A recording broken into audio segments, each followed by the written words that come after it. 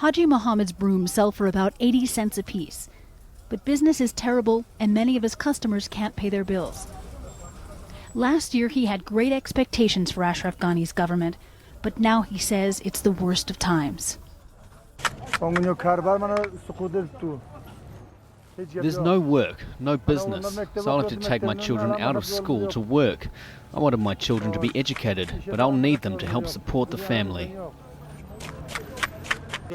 Ashraf Ghani vowed to fight corruption to help Afghanistan stand on its own feet. The country is still heavily dependent on foreign aid.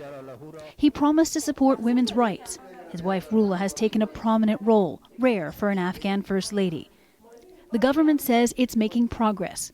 Afghans say they don't see it. We haven't seen any support of women's rights. There's actually more violence. Women without education sit at home. There's no work for them. The youth of this country have already fled. Nothing is left for the people.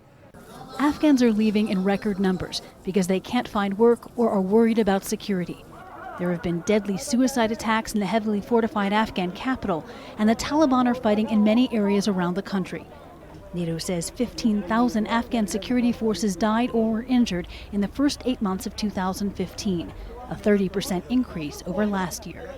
On the security side, the Afghan security forces are struggling with high number of casualties, which is not sustainable in the long run. And politically, the Afghan National Unity Government is not functioning. It took the government nearly 6 months to agree on cabinet members, amidst rumors of political infighting between President Ghani and his chief executive, Abdullah Abdullah. And one of the most important positions, defense minister, remains unfilled, with an acting minister making security decisions. The Afghan president has repeatedly asked the Afghan people to be patient. The change takes time, that things will get worse before they get better. But this time last year, Ghani had two things he lacks now: momentum and the people's support. Jennifer Glass, Al Jazeera, Kabul.